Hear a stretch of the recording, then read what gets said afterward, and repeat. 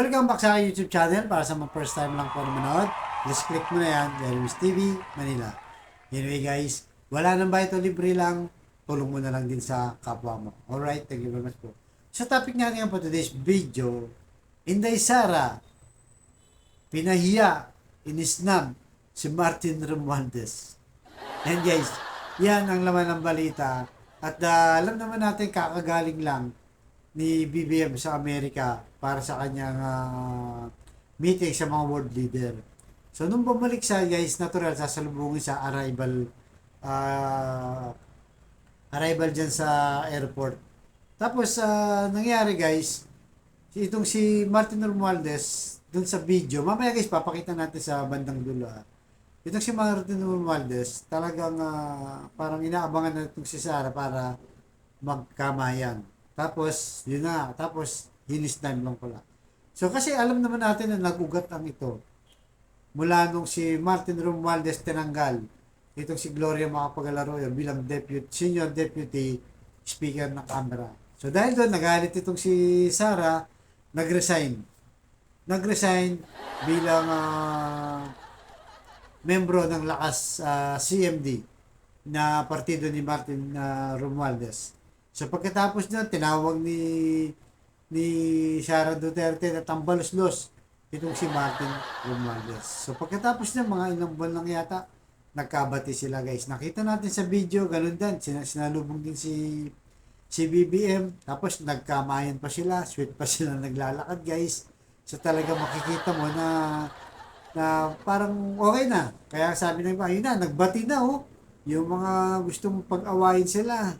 Ito na, bati na sila, wala nang issue, tapos na ang issue. Ganun guys, ganun ang nangyari. Tapos nung pumutok yung controversial fund, ito na, pumutok yung controversial fund, hanggang sa lumalim yung controversial fund, na-expose.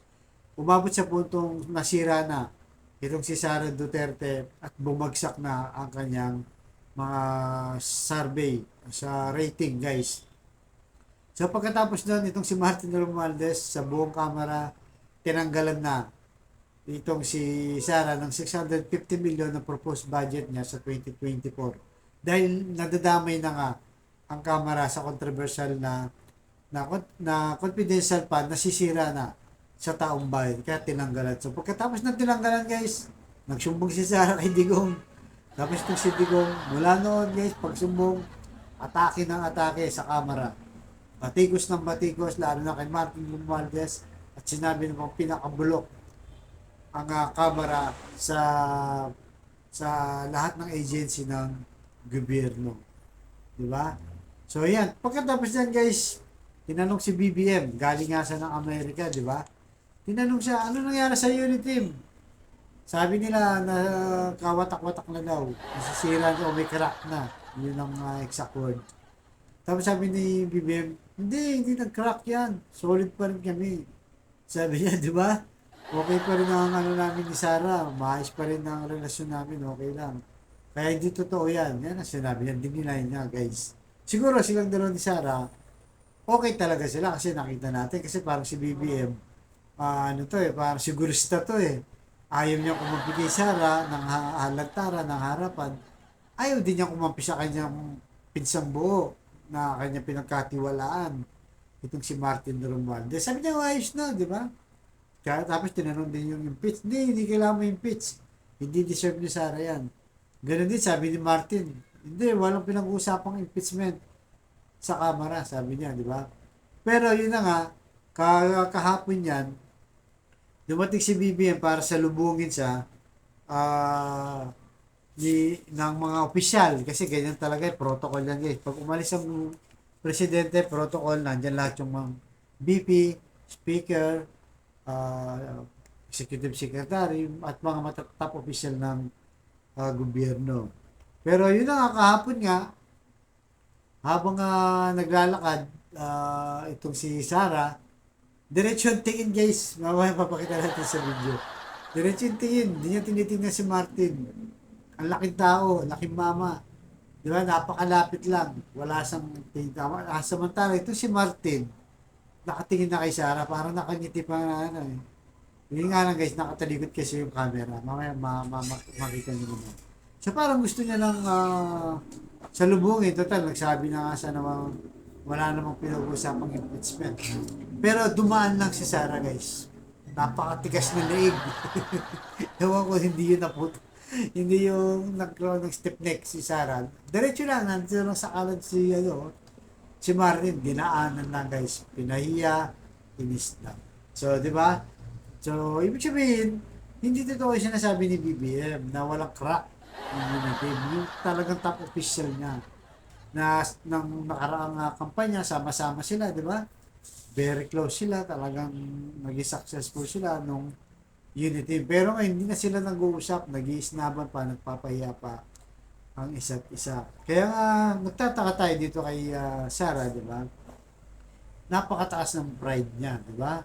So, alam naman natin kung anong ginawa sa kanya, pero hindi yung dahilan kung talagang mababa ang loob niya, eh, pwede naman niya pansinin si Martin Romualdez, di ba? Malam mo, yun na yung talagang pagkakataon para nagkabuti silang dalawa, di ba? Pero wala pa rin guys, naging matigas pa rin itong si Inday. So, kaya nga, di ba, nung pagkatapos nung maalala niyo guys, yung controversial na confidential pa, nung sumuko na, di ba? Sabi niya, hindi ko na yan, hindi ko na i-pursue. Hindi na ako hihingi ng budget sa confidential fund dahil nakita niya wala na supporte, talagang mas mapapahiya pa siya. Nanawagan siya guys, pagkatapos nun, nanawagan siya ng pagkakaisa. Magtulungan na lang kanya sa gobyerno, tulungan na ng gobyerno ni BBM. Ang mga Pilipino, kung ano yung kailangan gawin, gawin na lang, trabaho na lang, magkaisa na tayo. Sabi niya, nanawagan siya, di ba? Di ba? Nanawagan siya.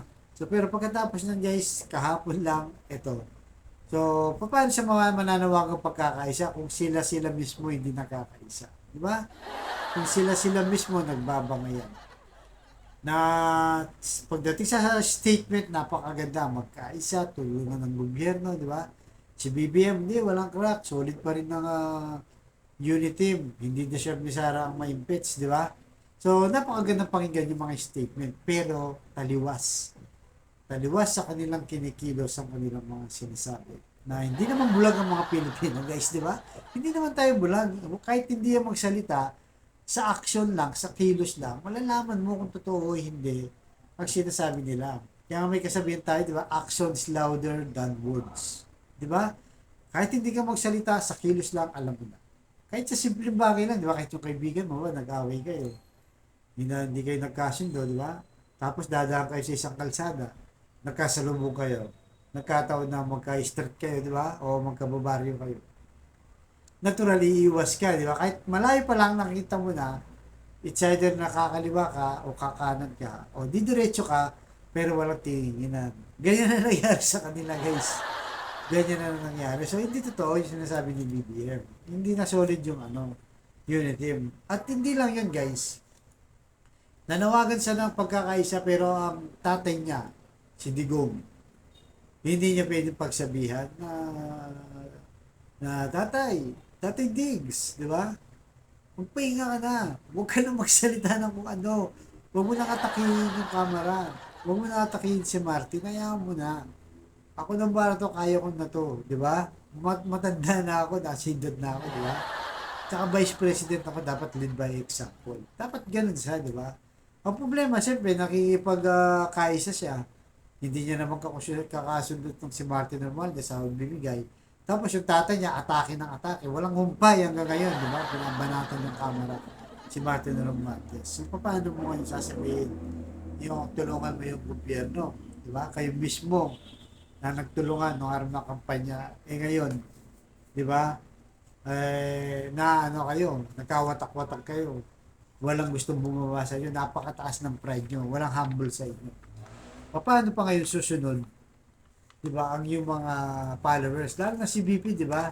Sinabi niya yun na magtulungan. Sabi niya sa mga supporter niya. Ano nangyari? Wala, bumabakbak pa rin ang supporter niya kay BBM. Sinisirahan pa rin si BBM. So, wala sumusunod. Siya lang nasabi nun, guys. So, wala hindi natin makita sa action yung sinasabi niyang pagkakaisa. So, narito guys, panoorin natin yung actual na nangyari kung paano itong si Sara inisnab si Tambaluslos di ba? Pinahiya. At itong si Tambaluslos, handa na sana sa action lang guys ha. Kung titignan mo, parang gusto na makipagbate, makipagkamay. Kasi parang ngumingiti na nga siya kay Inday Sara pero wala. Nagkaroon ng stiff neck guys. Hindi, hindi na nakalingon itong si Inday Sara. Alright guys, ano, panoorin na natin yung actual video. Alright? Pasok Inday. Tao lang. Sa media, ganito pinapakita. Tignan natin. Ayan ayan. So, napakalinaw. Sa laki ba naman nitong mamang ito, hindi ba makita ni VP Sara? Hindi sa natutuwa tayo na inisnab pero may rason yan. Gaya ng sinabi ko, kung may pag-uusap ang mga ito internally, privately, hindi niya ito gagawin. So, malinaw para sa akin na wala talagang nangyari. Sa laki ng mamang ito, hindi niya mapansin. Diretso ang tingin niya doon. Diretso ang tingin niya doon. Pero itong si House Speaker, nakatingin na siya, naka-smile. Makita mo nga yung ano, yung ito yung green niya, makikita mo na diyan, oh. Ito si VP Sara diretso doon. Tingnan natin Lalapit, toink. Okay? So si VP Sara, naka-target siya dito. Hindi ko alam kung sino 'yan. Hindi ko alam kung sino 'yan. Syempre, for me, mas kilala niya ito kaysa ito Kumbaga, nagkasama sila sa panahon ng election, kumbaga. Pero bakit dito siya instead na dito, 'di ba? So, walang choice. Yan, walang choice si Martin Romualdez kundi toings, parang hangin, na ano lang. Doon na lang sa kasunod ni VP Sara siya nagkamay. Ayan. So, nagkamay siya doon. Malayo pa lang, inabot na ni VP Sara yung kanyang kamay. Hindi ko nga kilala yan di ba? Ayan. So, doon na dumiretso si Martin Romualdez out of napahiya, kumbaga, para hindi mahalata na masyado siya. Attention traders, get ready to So yun guys, turbocharge. napanood nyo, di ba? Napanood nyo. So, kaya guys, ano sa tingin nyo? Na hindi ba talaga nakita ni Sarah, di ba? Dito si Martin Romualdez, ang laki tao guys, di ba? Diretso lang siyang naglakad. So, paano tayo nagkukumbinsin guys na magkaisa daw tumulong sa gobyerno? Sila mismo nag-aaway, di ba? At hindi mo nakikita yung pagiging leader na humble, di ba? Na isang tabi yung mga personal na lang alitan para sa bayan, di ba? Hindi ba nila magawa yan na bumaba ang isa sa kanila? Magpakumbaba, di ba? Para lang sa bayan, tanggalin na yung mga alitan, alisin na yan. Magtulungan na lang, kagaya nung panawagan niya na magkaisa, tulungan ng gobyerno ni Marcos. So, paano tutulungan kung kayo mismo nakikita ng taong bayan? Na tataas ng pride nyo, di ba? Walang gustong bumaba sa inyo. Parang nagpa-plastikan lang kayo. So, kayo guys, sa tingin nyo pa, iboboto nyo pa yung mga ganitong kandidato guys na harap-harapan nating nakikita na matataas ang pride, di ba? Walang unit team, di ba? Walang unit team di ba? Talagang pataasan ng ihito guys. Walang gustong bumaba sa kanila. Lalo na si VP, pangalawang mataas pa naman ng ating bansa. Dapat lead by example siya.